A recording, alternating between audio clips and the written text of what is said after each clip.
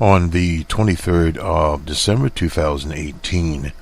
This is a broadcast of the actual president of the Russian Federation, Vladimir Putin. He's giving his year-end address. It's a yearly address. Sort of a counterpart to the American president will give a State of the Union. This would be a state of the Russian Federation. It normally goes on for 3.5 plus hours. It was almost 4 hours this time around. Theoretically, according to Forbes and according to many, people can ask any question. Of course, it's limited. There were 17,000 accredited journalistic organizations, including WBRN Radio and the Boston Red Network. But obviously, all 17,000 were not in the room. But that was the accreditation part, and we're doing our part here. We have a little over an hour of the press conference, and it is bilingual. It is both in Russian and in English. There's English simultaneous interpreters there, and there is a number of them. You will hear that throughout the broadcast. And we're appreciative of the station RT for providing the coverage of his press conference. And at the time we did our recording, there were very few outlets, if any. Most of them gave a synopsis of it in about 2 minutes. So finding it now, many networks have it on there, and we'll have it on the on bostonred.org. You'll be able to go there and see the entire press conference. Hadn't got it up yet. We'll prepare it going there. And a little bit about our broadcast schedule here. We'll have a Monday morning quarterback in the morning, as we normally do, talking about sport and the various political machinations across the American nation. The government in the U.S. is now closed. About 1/4 of it, depending on whom you talk to. Roughly 400 plus thousand workers have been furloughed. National parks, etc., have been closed. And in many instances, Arizona, their Grand Canyon Park, the state of Arizona itself is taking care of that. The Statue of Liberty in New York is being handled by the state of New York. Also in Utah, the government is taking care of it in the interim. The latest word we have will be next week on Thursday or so. They'll look back at whether or not they can make a deal. Now, the problem is with any of these shutdowns, you can shut the government down, but it takes about a week to bring it back again. So basically, if a deal were struck next week, it will be almost the end of the year before it returns. What needs to be done here is to have a long-term agreement for the entire year and not a stopgap measure. They were trying to get something to February. That is a waste of time. To B.I. Putin, let me go to my notes here. Some statistics were given here, and I want to try to get them right. You will hear them again from the President Putin. The GDP at 1.76, it looks like here. Their GDP, and the GDP at the end of this year should be around about 3%. Retail is at 2.63, and if we look, let's see, at the inflation rate there is or was about 5%. 4.5% is what the target. It was 5.2% in 2017. So that in itself is good for an emerging economy. We'll put them in an emerging economy and look at it. Let me just go over here a little bit and make sure I got everything straight here. Okay, and in 2017, the GDP is 1.8%, and let me see. Retail was correct. We had life expectancy here. Someplace I wrote it down. Is basically at about 72.9%, which is respectable. Normally, you had a shorter life expectancy in the Russian Federation. They've been in business now over 20 years, so we are looking almost 30 years, actually. So life expectancy is getting better there. Real income rose at 1.5%. Real income, and looking, that is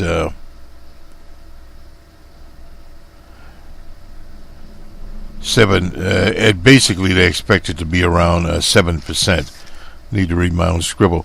The unemployment rate was at 5.2%, and they expected at the end of the year, 5.2 now, to be at 4.8%, which with Western economists, that in itself, Western economies, I should say, is about where it normally would be. Now, obviously, in this particular economy,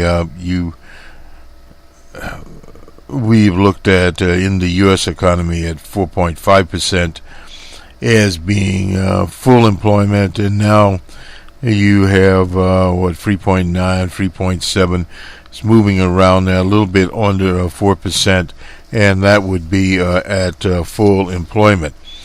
Now, let me just take a look here at how some of the Western papers covered this event. We look at Forbes here, their coverage of it, and they are relying on the TASS news agency.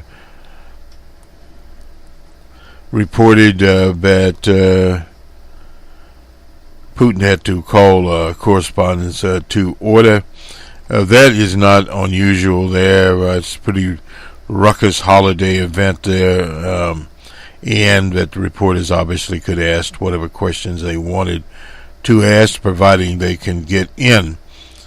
And looking at some pension reform here, I didn't recall that he went into pension reform in those almost 4 hours that he had, but there is a possibility that we have some of that. It's our TASS here. We'll put this up. This is in the Cyrillic here, but from TASS. We'll have this on the masthead. There was also some pension reform. They talk about it here. Some that was raising the pension age. I didn't recall him talking about that, but this was from Reuters in the summer, in August, that they had moved the pension age up, raising it from 60 to 65 for men, and from 55 to 63 for women. That would be somewhat in line with the U.S. retirement age, at primarily depending, obviously, when you were born. It goes up about a year.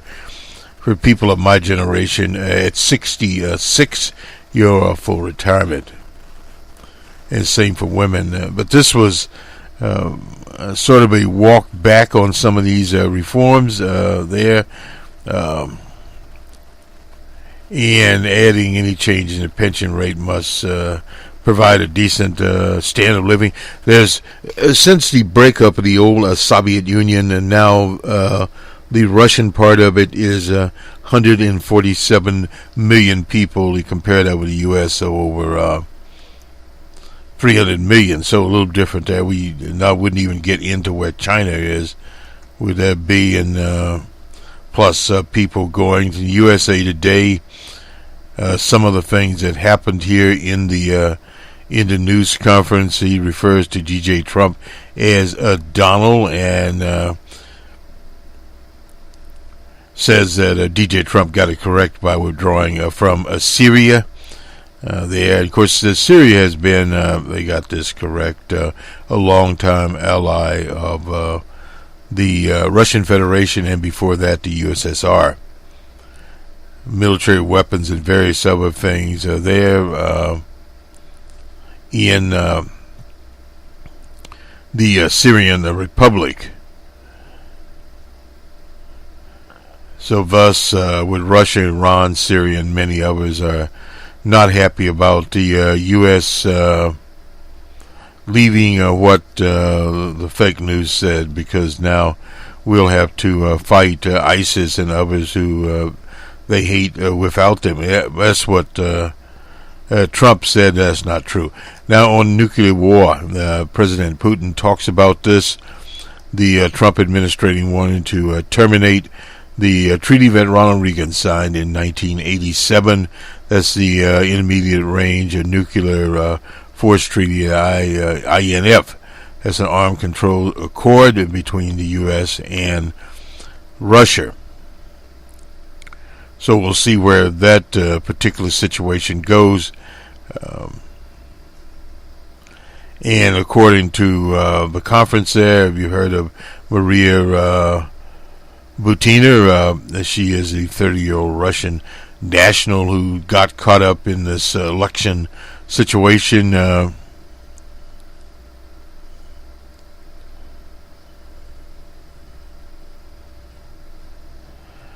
And her guilty plea was given because she could have faced 10 or more years in jail.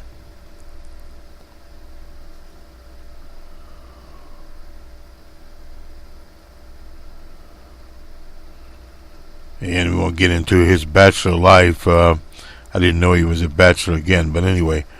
Sanctions, what sanctions? GDP is up, and this is the Russian domestic product 1.8, what we reported industrial output at 3%. Both exceeded expectations. Russia has hard currency reserves also increased to 432 billion at the start of the year to 464 billion now. The positive statistic follows a difficult period in recent years, no doubt about that. Sanctions over the Ukrainian territory there, and some of the highlights of President Putin's address. And you will get to hear this. We won't spend very much time here talking about it. He will lay it out, plus these statistics. And what we're trying to accomplish here is provide the audience with better coverage than what was normally provided from most of the U.S. Outlets on the day of the speech. Most were about a minute of commentary there, and there was not much beyond that particular situation as far as the American coverage. So our coverage is more complete. You get over an hour of Putin, and he's answering questions, and this is an edited version. So in other words, we went in and took out segments of the almost 4-hour conference that he had there, and you'll hear in our part a journalist from the Ukraine, and they let him speak his opinion.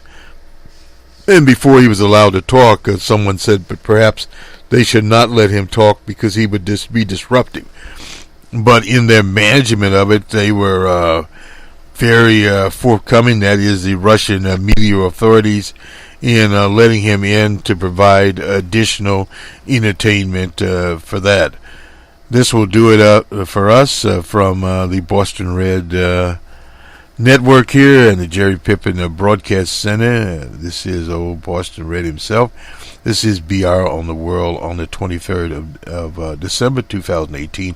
Happy holidays to everyone. Happy New Year of Macedonia. Добрый день, уважаемые коллеги. Good afternoon, colleagues, Мы с вами friends. начинаем нашу традиционную We begin предновогоднюю our встречу. traditional Назовем ее meeting in the пресс-конференцией. run-up Вот to и, New Year. Let's call it a press в таких conference. случаях я And as is tradition займу in such буквально cases, несколько I'd like to take секунд, several чтобы сказать об итогах moments to talk a little bit уходящего about года. the outcomes Об этом of уже the много year that is сказано, но у drawing меня nigh to последние the данные, end, but вот I прямо, have the latest statistics, even though a lot has already been said about that. The statistics comes from yesterday. За From 10 today, месяцев текущего года over the ВВП 10 вырос на months of this year, the GDP has grown by 1.7%. According to the forecast of the ministry, it's going to be 1.8 at the end of the year. The industrial output has been growing at a higher pace, while last year the growth stood at 2.1%. In January to October, this year it stood at 2.9%, and by the end of the year we forecast that it's going to stand at 3%. The manufacturing industries are growing at a slightly higher pace at 3.2%. Over the 3 quarters, the investment in the fixed capital has stood at 4.1%. The freight is growing as well as retail at 2.6%.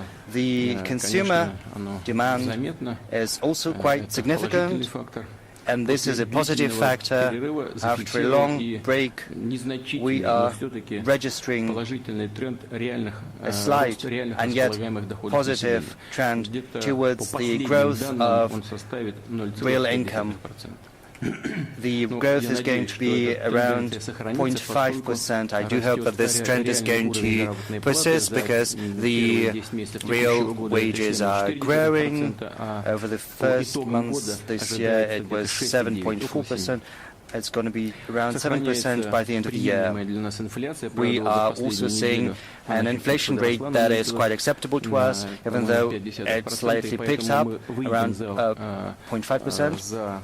So we're going to step beyond the target set forth by the central bank of 4%. It's going to be 4.1%, a little more than 4%. The unemployment is decreasing, which is encouraging. Last year it was at a historic low, standing at 5.2%. This year it's going to be even lower, 4.8%. We are seeing the growth of our trade surplus.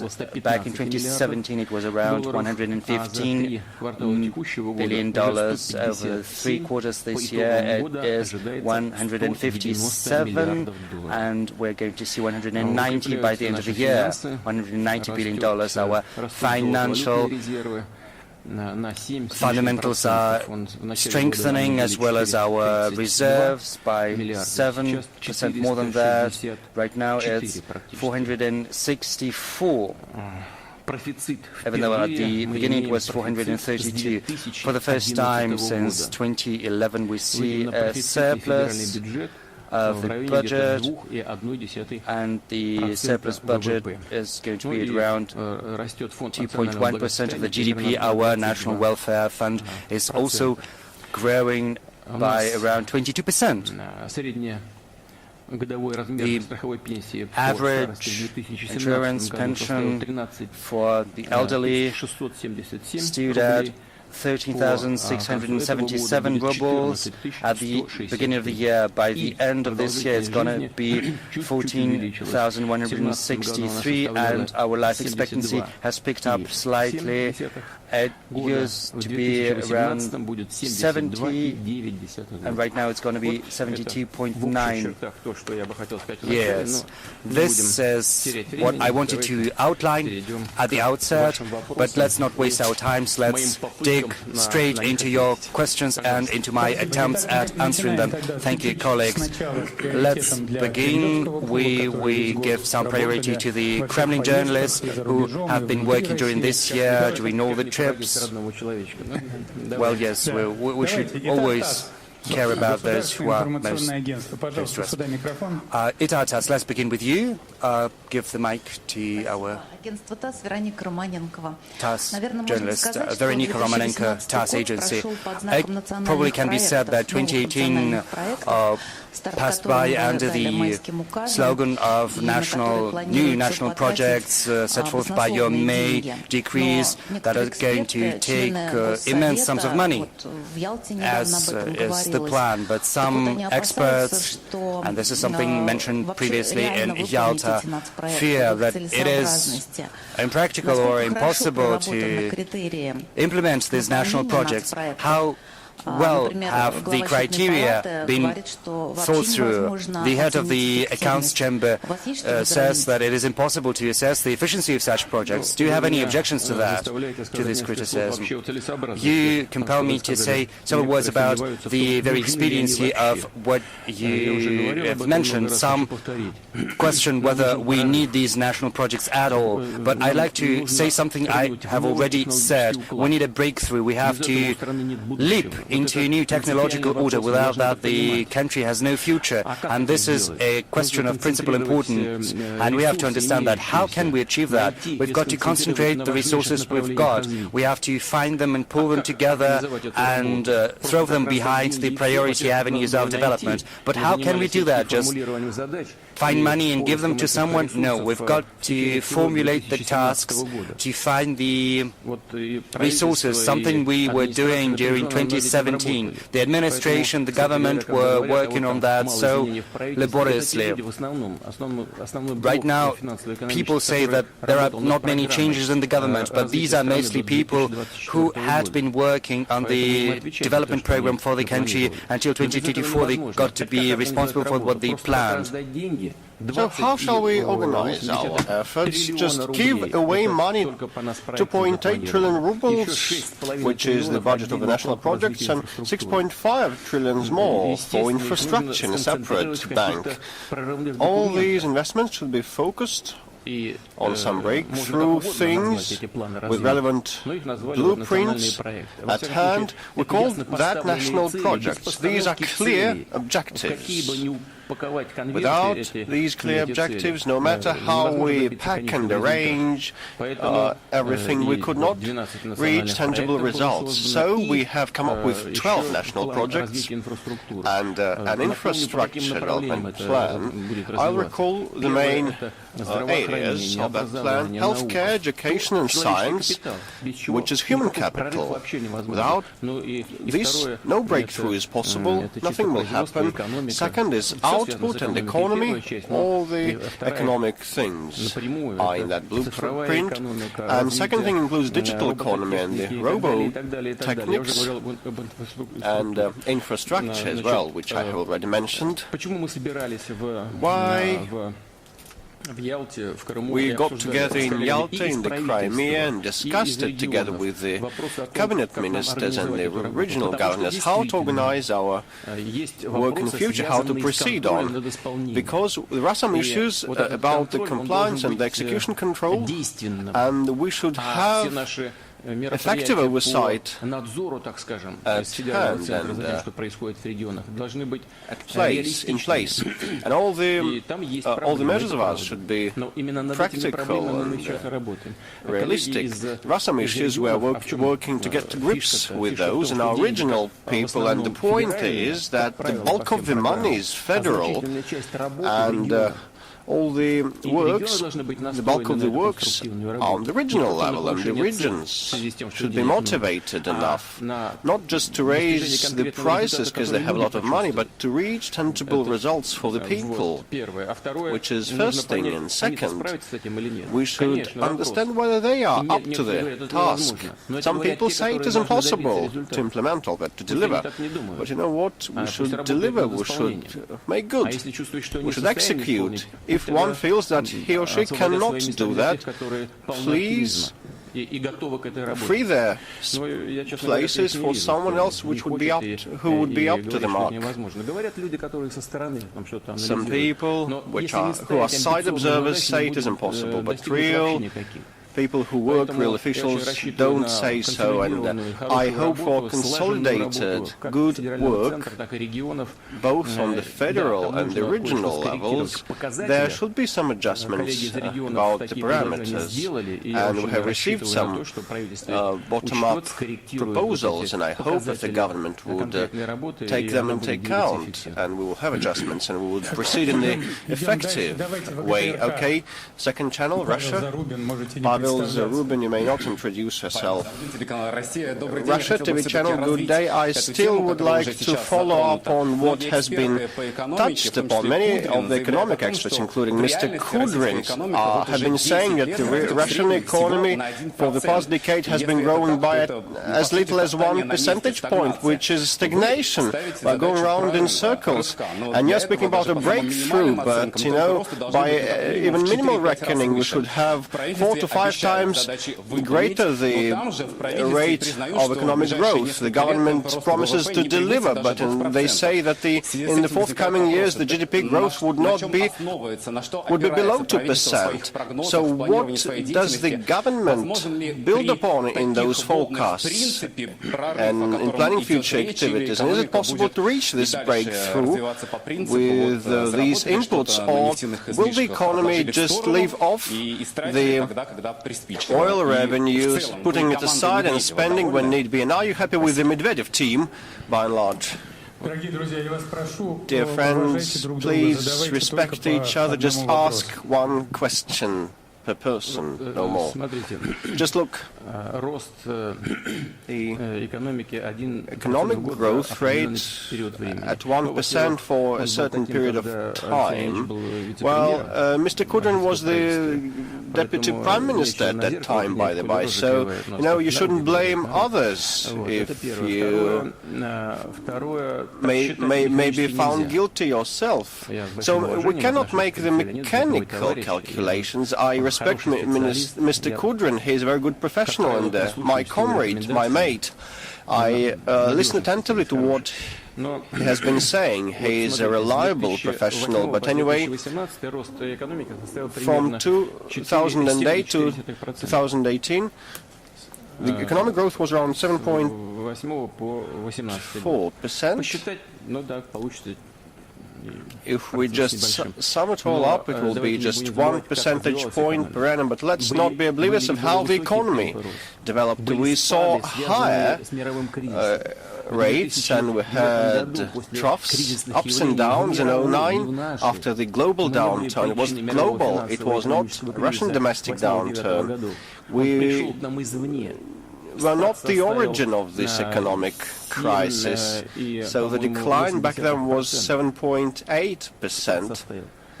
The economic decline, the slump of our economy, and later on, by and by, we recovered for some years, and then came 2015, 2014, we saw another crisis, and the sharp drop in the oil price, and oil is the main commodity we export. So we cannot calculate mechanically. But anyway, the country's GDP growth is one of the key parameters. We cannot provide for the necessary rate of economic growth unless we change the structure of our economy, the architecture. This is the aim of the national projects. We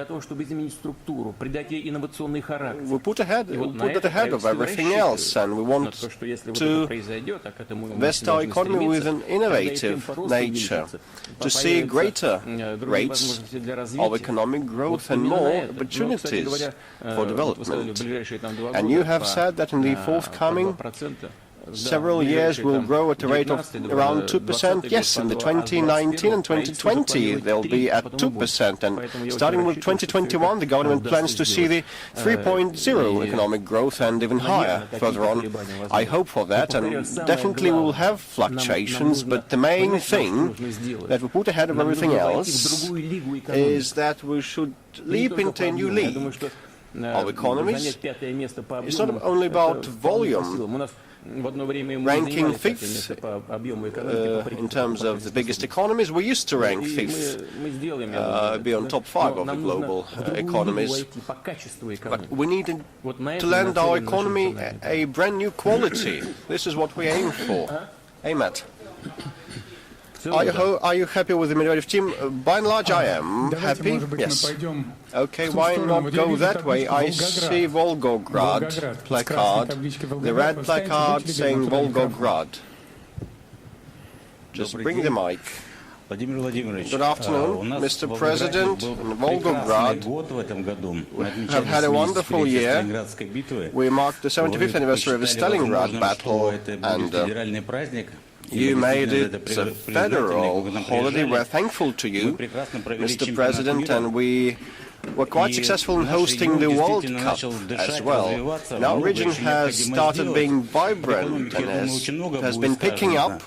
A lot will be said about the economy, but our hopes and aspirations are as follows. In 1998, the Kachinsky College, a professional school that was created in the Tsarist times, was disbanded. But what we want is to have it back. Please think it over. When was it disbanded? In 1998. It was the hold of the red flag order. So 20 years passed, you know. I'm not sure what is left from this legendary school in 20 years' time, but the Defense Ministry of the Russian Federation, you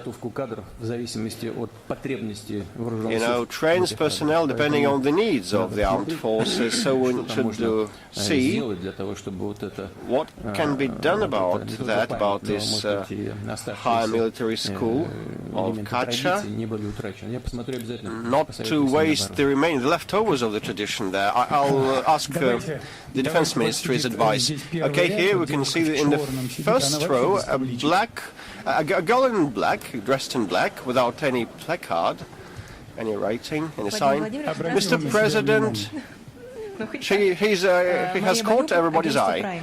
Prime Agency, Maria Bogalyuk. Mr. President, this year's and next year's budget will see a surplus. Nevertheless, since the 1st of January, a number of steps will be enacted that will result in the price hike for a number of goods and services, like the VAT growth. That will provoke the utilities tariffs and self-employed tax in pilot regions to be introduced. Does it chime well with economic policy? So you said the public utility bills and what? And you know, the self-employed tax in pilot regions that will be introduced. Don't you think it's going to be too high a burden for the Russian economy and the common people? You mentioned this surplus, which is a very good indicator of whether the government has been effective, the economic block thereof. For the first time, as I have said in my introductory remarks, we are seeing the 2.1% surplus of our federal budget, the first time since 2014. But we should not be forgetful that being an oil producer, an exporter, that accounts for the bulk of the fiscal revenues, we also have the non-oil and gas deficit in our budget, which is what we receive after the sales of oil and gas. And I will remind you that back in 2009, that stood at around 13%, which was a lot. At the turn of the century, it was around 3%, but as a result of an economic downturn, global economic downturn, later on we had to spend petrodollars in order to make good of our welfare measures and promises to our people. We spent the petrodollars, and our non-oil and gas deficit rose to a double-digit value of 13%. Now we have brought it down to 6.6 and next year we hope it to be at 6% and keep being flat for some years on, which testifies of the sustainability of our economy. So in order to see this parameter flat, we have to raise the VAT. This is first thing. Second, in many countries VAT is at 20 or even higher percentage points, and we had it higher as well, but we reduced it. But the effective VAT rate for the whole of the economy in general would be lower, because we have maintained the bulk of the benefits, children's items and medicines production.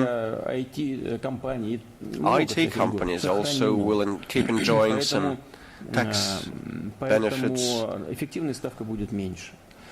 So we preserve those, and the effective rate would be lower. And I really hope it's going to be a one-off thing. And we may see a slight upswing in prices at the start of the year, and later on it's going to be waning. And the central bank has been introducing steps to prevent the growth of inflation. The policy rate was raised by 0.25 percentage points in order to avoid a price hike in future and high inflation. On the whole, I think it is a well-conceived decision, providing additional fiscal revenue, and we will be able to deliver upon our pledges and development plans, I mean the national projects. With respect to the utility bills, in the past year, they grew by 4% on average, and next year we will see two phases of the increment 1.7, and the second stage will see a 2.4% increase, 4.1 in total. Why have we split it into stages? Because of the VAT growth, we probably may see the growth of prices of goods and services needed for the public utility operation. So, in order to safeguard the interests of our citizens, we've made a decision to accomplish this process in two stages, but the overall growth should not be higher than 4.1%. And the government decides if it is indeed very much needed in the region, and the current situation requires a higher rate, then it would be an exception, but that needs to be discussed with the government of the Russian Federation. Yes, yes. First channel, please. That's very interesting. You said that you will tell us where the revenues are, where the profits are, so do tell. Good morning, Mr. President. My name is Ekaterina Gagarina. I represent the Russia channel in Novosibirsk. The importance of the project of the Academic City 2.0 is very important. This is a truly unique project for the entire country, but the technological component also includes a number of very important tasks. For example, to build residences and build roads and kindergartens for those who are going to work there. So will those ambitions be implemented? I do understand that this is a very important component of the entire process, and together with the head of the region we are going to work on that. When I was in Novosibirsk, we discussed it with my colleagues, but the first task of the federal power is to adhere to its commitments when it comes to the development of this scientific city, the academic city, because they earn money using those high-tech innovations. If additional measures would be required to resolve the social component, then we'll undertake additional measures. The mortgage rate is growing, and this is great, and we are going to support that. More than 20% we have observed this growth in mortgage credits,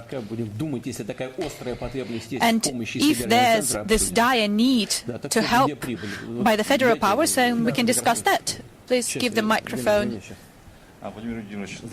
Mr. President, good afternoon, Sergei Marov, Zvezda newspaper.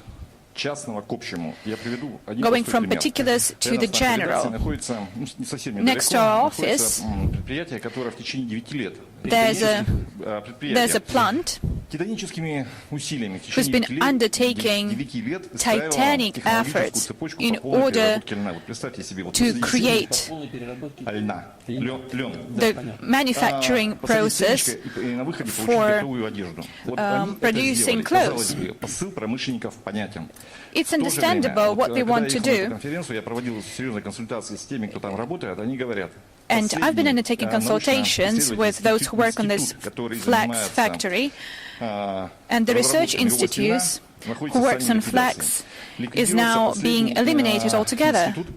This is the last institution, the higher education institutions, which prepares and trains staff for this industry. So there's a difference between what the state wants and what the institution wants. So, Mr. President, how do you assess the current state of manufacturing and its growth rate? And do you believe that you're providing enough support to local producers? Я, честно говоря, не знаю по проблемам этого института, по льну. I'm not sure, because I'm not aware of the troubles faced by the flax producers, but this is the traditional manufacturing industry for our country. We've always been proud of that industry. I'm going to look into that, but as is usually the case, the problem is usually more complex when we might guess at first sight. But again, I would like to highlight that it has always been our pride, and if flax production is crucial for our country, we need to keep that, and I'm going to look into that. As for industrial growth, I've already said that it's generally higher than the GDP growth. It's 3%, and manufacturing 3.2% growth. Those are some good numbers. As for light industry, it's been developing even more rapidly. Food production has grown over 10 months for 13%, which is also testimony to the fact that consumer rate is growing. As for clothes and shoes, we observe a growth of 9%, and this is indeed a very good number. Now, as for support, whether we are providing enough support, of course we are not providing enough. That is why we have set out a number of programs aimed at supporting various types of industries. And up to 2024, the overall volume of support will be 1,376 billion rubles. It's going to go to light industry, aviation, and other types of industries. And in main areas, we have separate programs in place, and for the next year,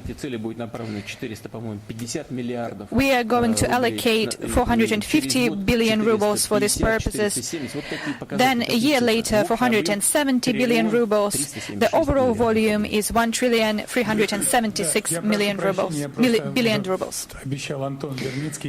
I'm sorry, but I promised to Anton Vernitsky from the first channel that he would have an opportunity to ask the question. In our Soviet childhood, Mr. President, we were all afraid of the nuclear war. We even had the songs about that. So you're not afraid now. So some 40 years have passed since then, and now major publications across the pond are now publishing the scenarios, the possible scenarios of nuclear exchanges between the US and Russia. And now we hear the word war more and more often. Can you, as a president, help to pacify my little son who, just like me, is afraid of the nuclear war? What can you do to do that?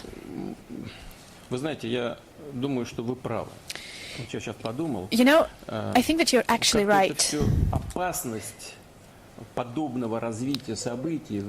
The danger of the situation escalating is being downplayed.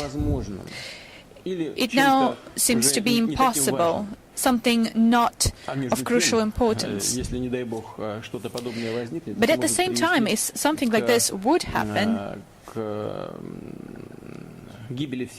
this might lead to the collapse of the entire civilization, maybe our planet. So this is indeed a very important question.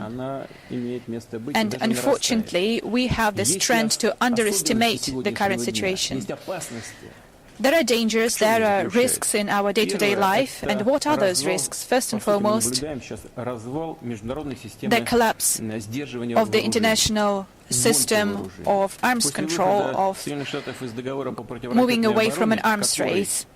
After the United States withdrew from the relevant treaty, this treaty that was the cornerstone when it comes to non-proliferation and putting an end to an arms race, we had to respond with creating a new type of weapon to overcome these anti-missile defense systems. And now we hear that Russia has an advantage when it comes to weaponry systems. Of course, other countries in the world do not possess such systems, but they are going to develop such systems, and this does provide us with a certain advantage. But this is about having equal conditions, having the parity when it comes to our weapon arsenals. Now they are making another step, and they are withdrawing from the INF treaty, so what's going to come out of that?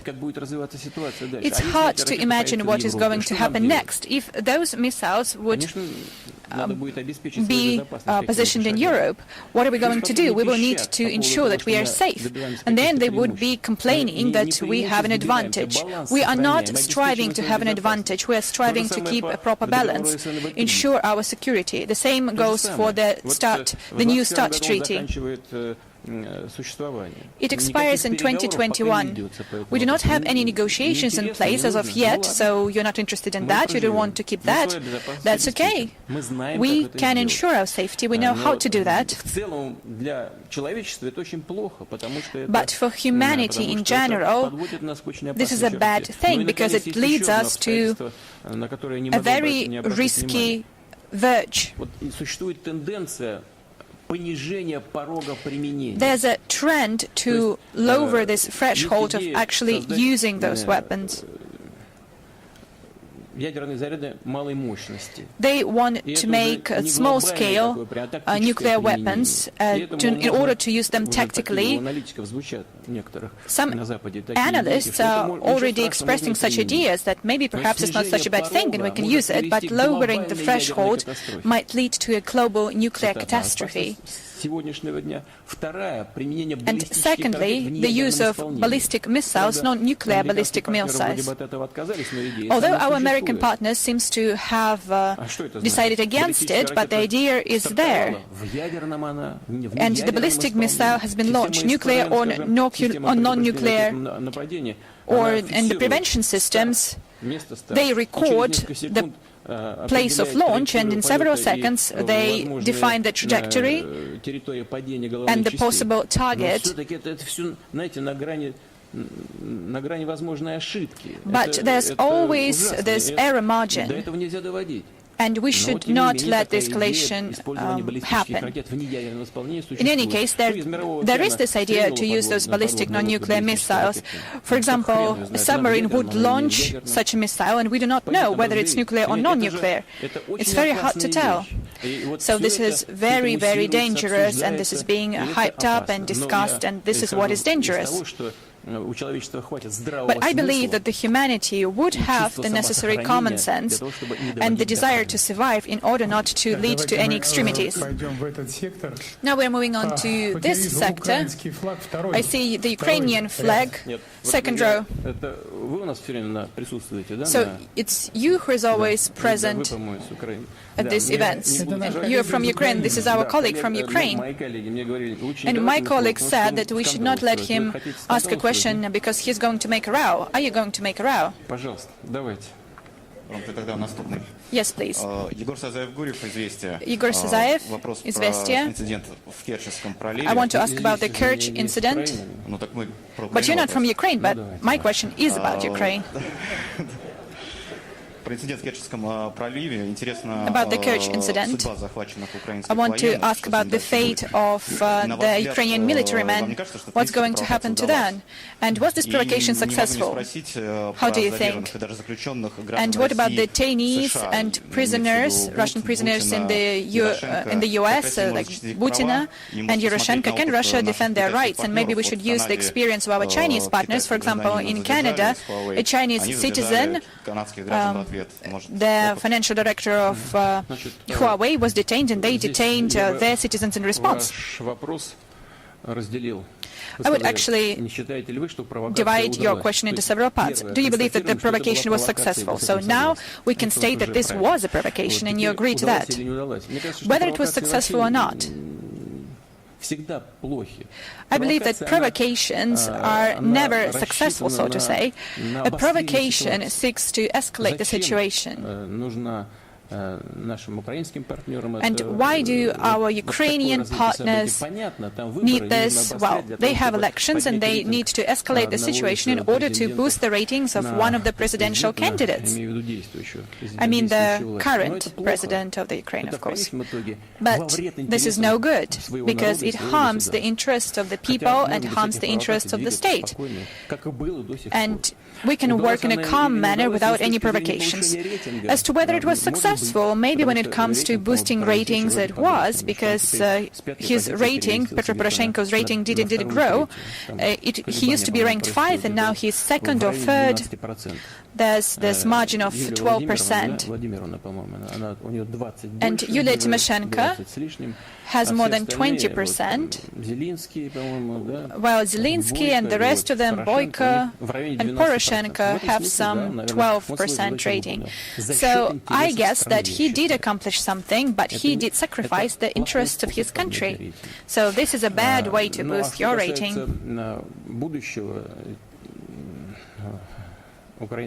As for the future and the fate of the Ukrainian military men, they were sent to die, actually. And I see that the ruling circles are not satisfied with the fact that no one died, because they wanted some of them to die, but fortunately that was not the case. The investigation is ongoing, and after that we will determine what to do. And now please give the floor to our colleague from Ukraine. Thank you. No scandal. Like in the past, Vladimir Vladimirovich, how much do you spend to support occupied Donbass? Because they are living, they are poor and they are slaves of Russia, to call the spade the spade. You are afraid of nuclear catastrophe, nuclear war, but at the same time, not only war, we are getting ready to the war with NATO, and you are shooting at Ukrainian citizens. You actually ordered to shoot at our sailors. So what are the conditions of changing them? And now about elections. Conditions of exchanging them, Ukrainian political prisoners and Ukrainian POWs. You need Russian citizens or not? And now about elections. You are analyzing, you keep analyzing ratings. No, I'm not analyzing, I'm just looking at them. You are intervening into the election process like you've done in case of United States in the past. Don't you think that it could happen that there will be no direct dialogue between Ukrainian and Russian presidents until you change your job? Well, okay, as to the people suffering, people living in Donbass, you are Ukrainian citizen. And you believe that these people are your citizens, Ukrainian citizens, those who live in this territory, on this territory. Who actually imposed blockade, blocked Donbass from other Ukrainian territory, not Russia, but Ukrainian government.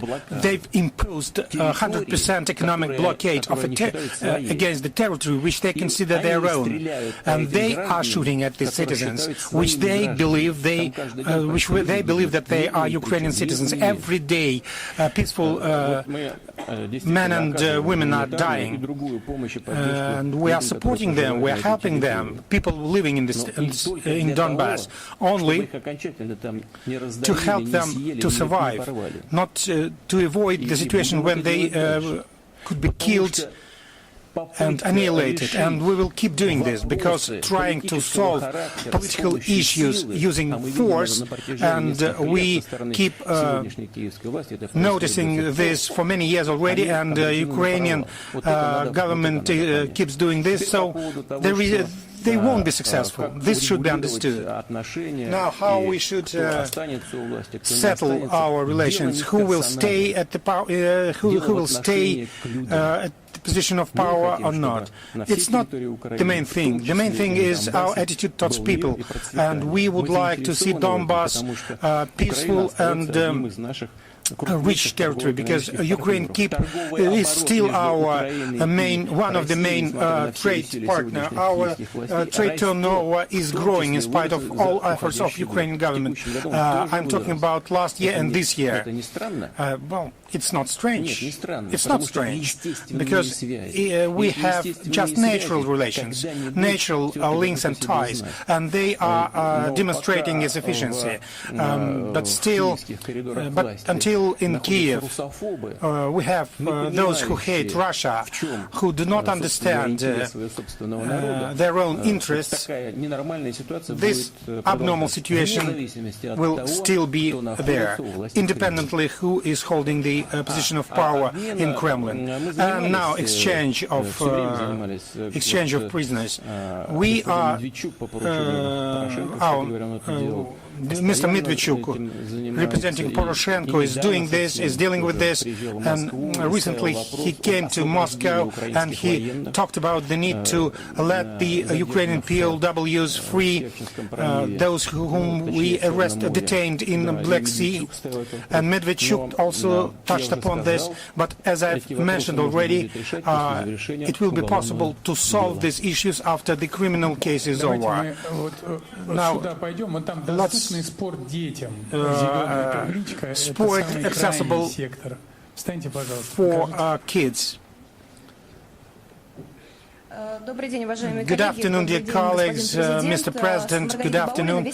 Margarita Baulina, Society, Community Traditions publication. We took part in the social project. We started to develop the project dealing with football field for kids from orphanages and for families with problems.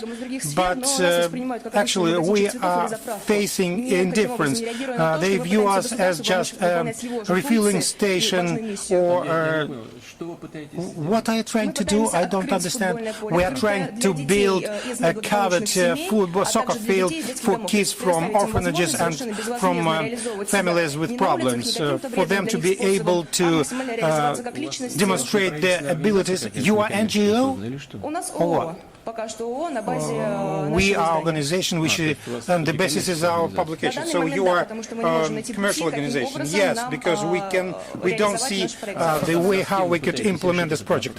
Whom we are trying to deal with to solve these issues? With several committees of our town, starting from property committee, health, youth policy and sport committee. They just keep kicking us out. What is the budget of your project? 11 million. Where are you from? St. Petersburg. Well, I'll talk to the governor, and I'm sure that we will solve this problem.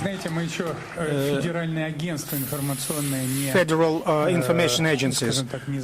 We didn't give them the floor. Interfax, Xenia, Interfax.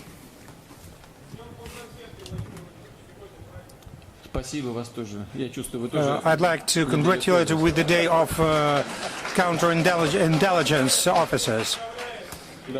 No microphone, I'm sorry.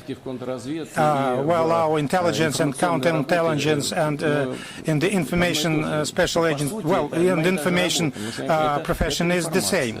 We're dealing with information. You are dealing with information, and special services are dealing with information. So I'm from the information agency Interfax, Ksenia Golovanova. Recently, our society and mainly our youth is facing rather strange activities of our government, which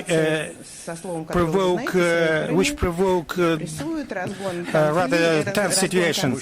You know about well, you are doubting my abilities. Well, I know this word. I knew this word before. I had rappers among our trustees with tattoos, but the person whom I'm talking about is a great person and great artist. At the council dedicated to the culture, you said that if you cannot oppose a movement, you should be the leader. You should become a leader of this movement. Why our state is trying to intervene into the situation? Well, they are singing their songs probably using four-letter words, but nothing bad about this. And another problem related to our youth. Now everybody is preoccupied with the legislative initiative, which has to do with the following. If you say something bad about our state, about our government, then you will be held responsible, and this responsibility will even more tough. Will be even tougher. Don't you afraid to lose youth?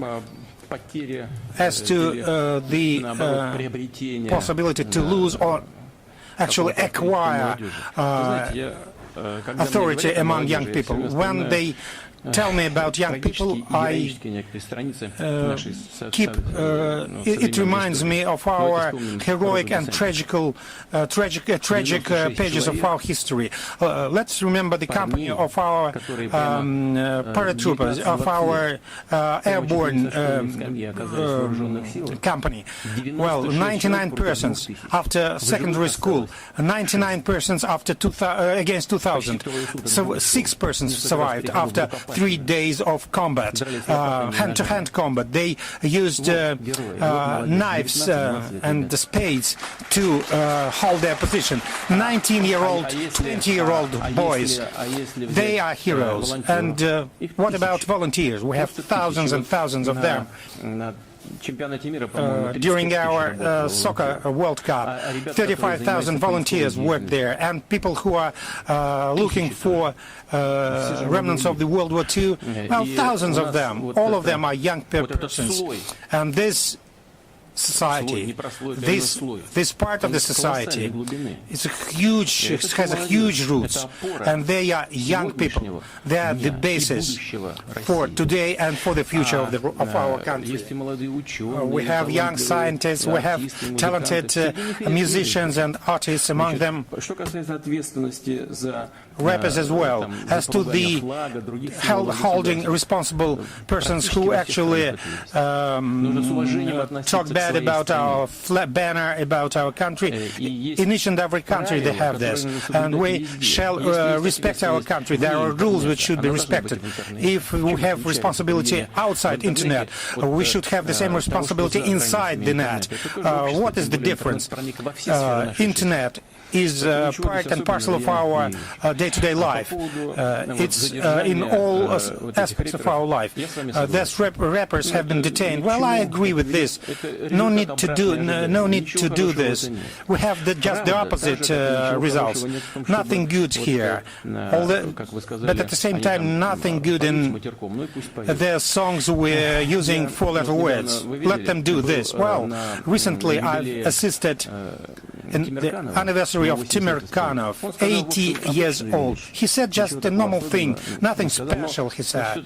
But he said the right thing.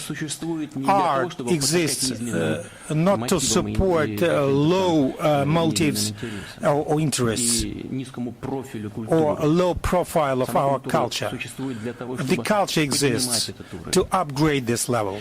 That's why, well, one shall not be punished because of that. It's not correct, it's not right. But there are other things. It was broadcasted directly, and I talked to my interlocutor at the meeting of the Council of the Culture. Let's just argue violently. Well, actually, this idea didn't cross our minds. We shall not support this, no. But there are other things, like, for example, advertising drugs. Why do we need our youth to use drugs? Why shall we support this? Why it will lead to degradation of our people, of our nation, of our youth. We don't want this. Someone would like to use this propaganda of drugs. Let him or her do this. We don't want to do this, and we shall not be indifferent in front of this. We shall oppose it differently, these tendencies. It was fashionable to talk about suicide among young people. So, shall we hang ourselves, all of us? But I don't want to be the first. Let you be the first. You don't want this, eh? So we shall not be indifferent when it comes to our youth. But we shall be smart in doing this. We shall not just prohibit this. No, we shall use different methods here. Do we have these methods? Yes, we have methods and means. We shall be quite accurate, we shall be calm, and we shall convince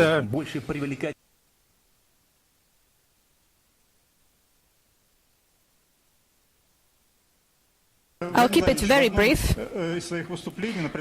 Mr. President, during a previous press conference, you said that you collect the emotions, and this is what constitutes your wealth.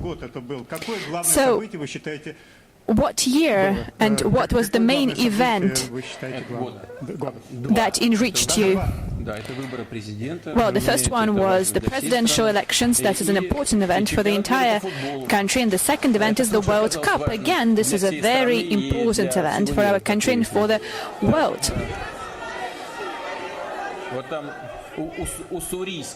Ussurisk, please.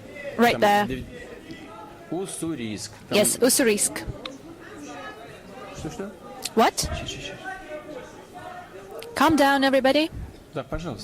Yes, please. Екатерина Харинова, Уссурийск.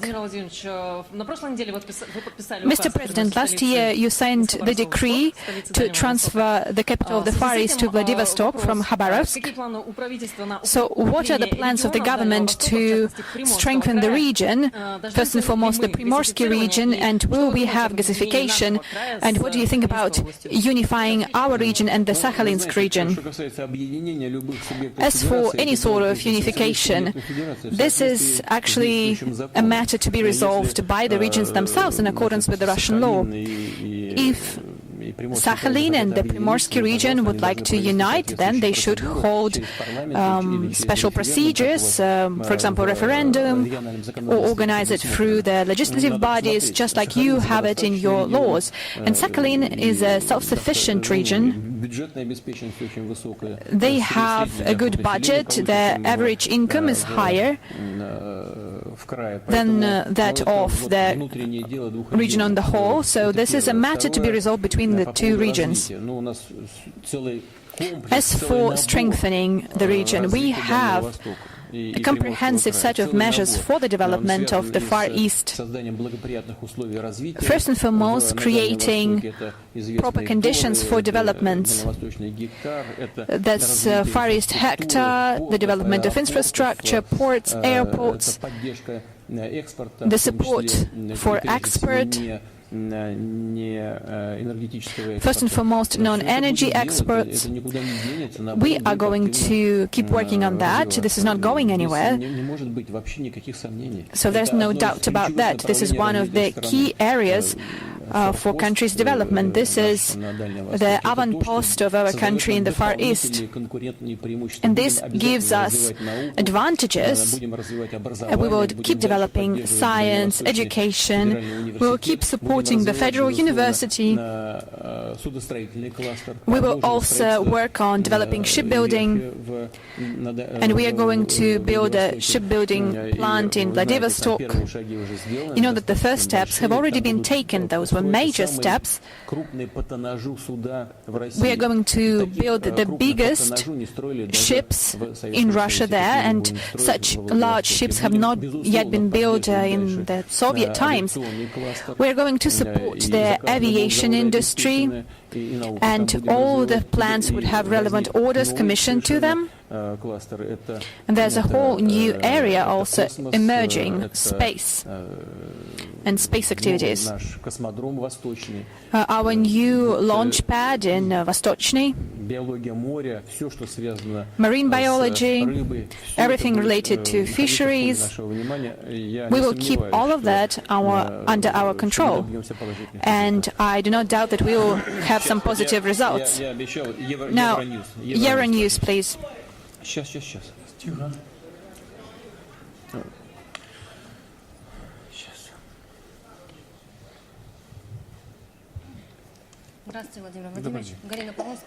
Good afternoon. Galina Poborskaya, Euronews. Thank you very much for giving me the opportunity to ask my question. I'll put the placard down. The UN adopted the resolution on the militarization of Russia of the Sea of Azov and the part of the Black Sea.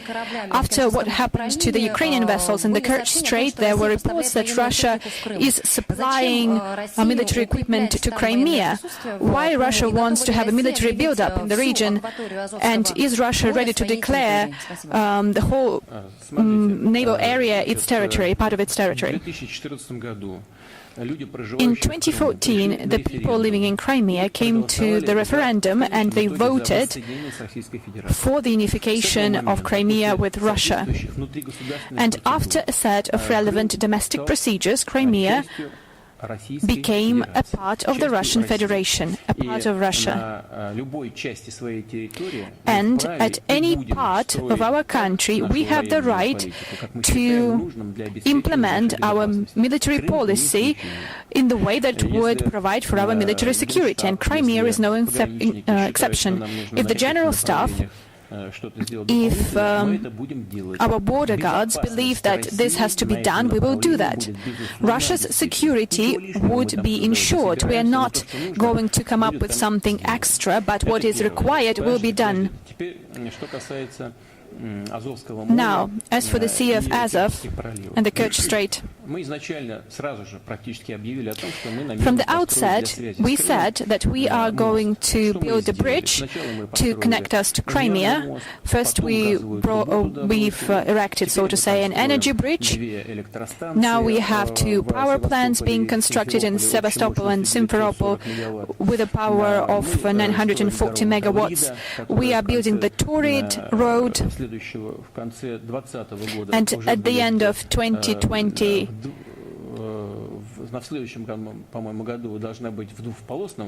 next year there's going to be a two-way road, then there would be a four-way road. So we are not talking about the military build-up per se, but also the civil infrastructure. And that is going to take place. We have the federal program for the development of Crimea in place, and the coming 2 years we've allocated 300 billion rubles for the development of the region. At the same time, we will also strengthen the military component as is required. As for the Kerch Strait, The situation is indeed very complicated because the strait is quite narrow and quite shallow, just some 13 meters in depth, and at all times there was the pilot navigation there, and nothing stands in the way of building a bridge there. Just like before, pilots guided their ships through them. That's the case nowadays. The cargo turnover is growing there, including in the ports of the Sea of Azov, and all the economic players know the rules. There is a queue, right? Sometimes it can be longer or shorter. Just look at the port of Novorossiysk. There's a long queue of vessels there.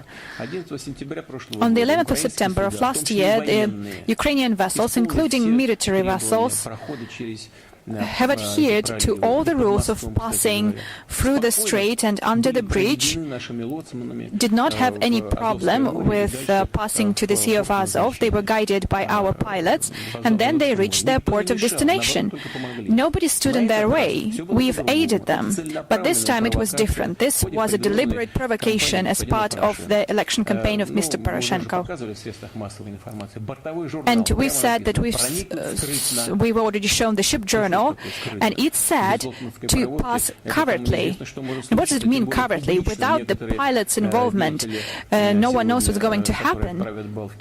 And those people in Kiev who set the tune, they talk about that they are ready to actually blow the bridge up. We cannot allow that to happen. As for ordinary day-to-day activities, they are not limited in any way. As for the Sea of Azov, we have a treaty of 2003, and what does it state? It states that the shore area of 5 kilometers, not according to the international standards 12 nautical miles, but 5 kilometers from the shore, this is the territorial waters of the state, be it Russia or Ukraine, and everything else is a neutral area. And when our fishers were actually seized, they were actually seized in those neutral waters. They were not entering the territorial waters, and they are still detained, and Euronews is silent about that, as if it's a common practice. The same was the case with our Navy members, and our vessel was once again seized, and nobody talks about that, nobody remembers that. We are ready to stick to our agreements, and we are not taking any unilateral measures. As for military vessels, you should keep in touch with border control, because they are in charge of the regime there. And considering there's martial law in place, I can hardly imagine that military vessels would be passing to and fro, but we want the situation to get better. We are not standing in the way of the passage of the naval traffic. We've only helped them the last time this situation happened. Ural. There's a placard saying Ural.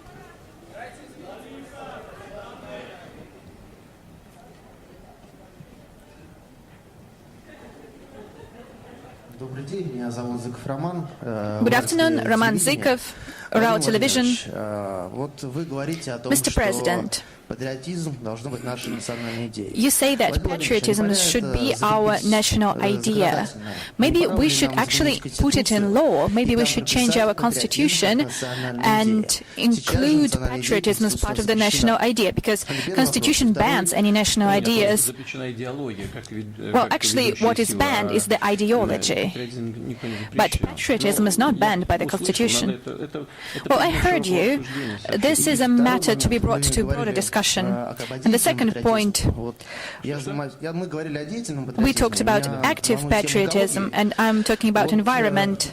A lot of money is being earmarked to filter the water, which then reaches the consumers, but no money is allocated for proper pipes to deliver the water to the consumers. And then sewer waters are being polluted, and thus the environment is being harmed. Unfortunately, 30% of sewage water pollutes our nature, and experts confirm that. Could you please pay attention to that and maybe adopt some measures so that the quality of pipes which deliver water to our citizens, our consumers, would be higher? This has to do with technical regulations. You are right. We have to analyze what kind of pipes are supplied. I do agree this problem does exist, but it's not only in relation to pipes or wastewaters, how to purify them. It's a large-scale issue which has to do with the entire with the whole country, and we've adopted certain solutions. It has to do with the industry. It has to do with shifting to state-of-the-art technologies in accordance with our legislation. We are also we can impose fines for when wastewaters are not purified. So it's a problem which has to be dealt with. As to the changing our constitution, well, it should be discussed by all Russian citizens.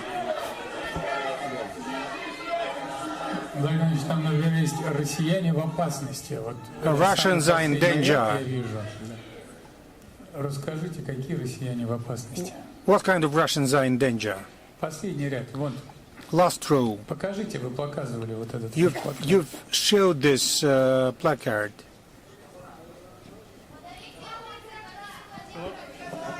Хамзат Батукаев, Chechen Republic, Grozny.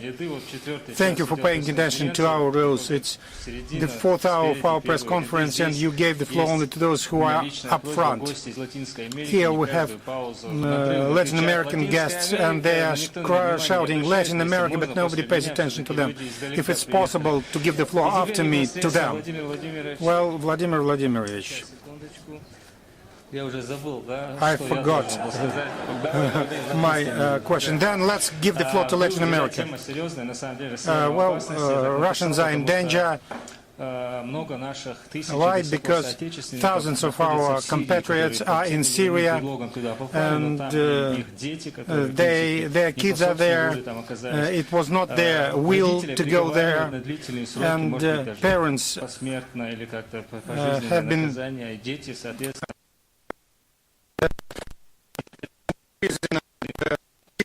are growing up without parents.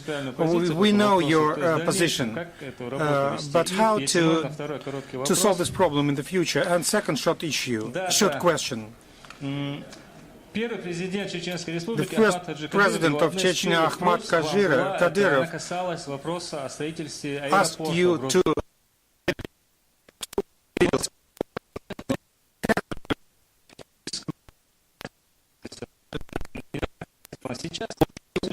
reconstruction has not been finished, and now the Republican authorities are discussing the second stage of its reconstruction with various ministries. How could you help this? We welcome thousands and thousands of tourists in Chechnya, and the capacity of the airport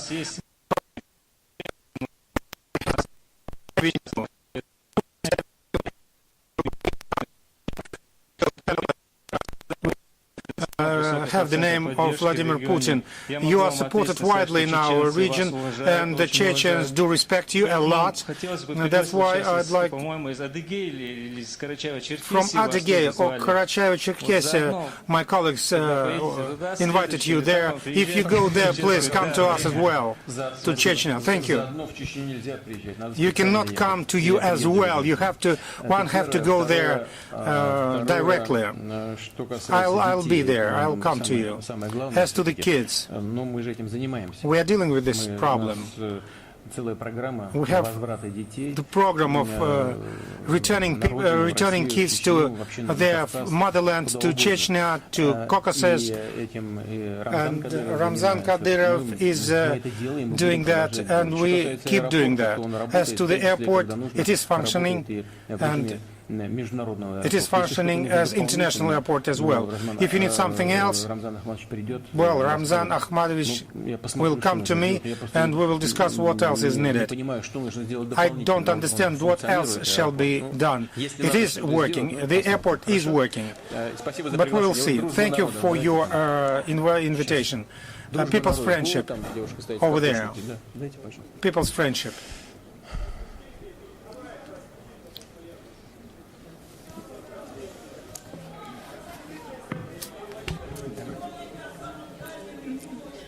Good afternoon. I'm Valery Pavlichenko.